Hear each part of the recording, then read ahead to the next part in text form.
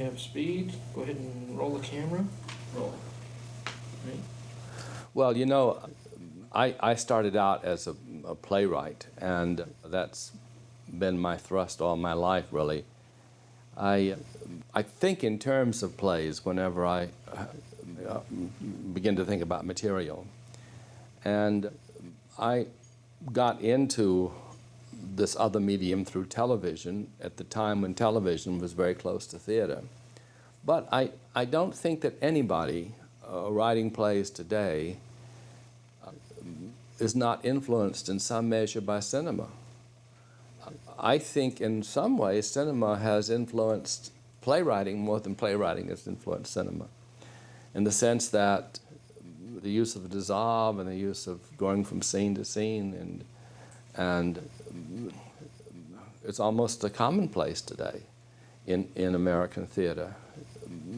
It is true that a minimalist like Beckett, who insists on almost pure theater and the emphasis on language and the unities, but he really is not as large an influence really as other forms. I mean, for instance, Brecht is very close to cinema in many of his styles, the styles in his plays.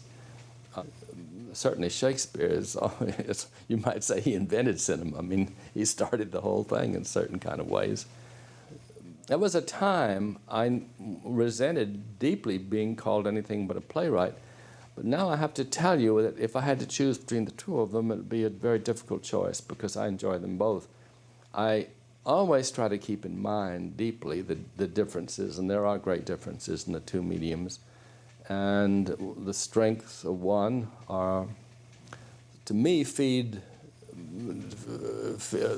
each medium. In other words, the strengths of theater, I think, are very helpful to cinema, and the strengths of cinema are certainly helpful to theater.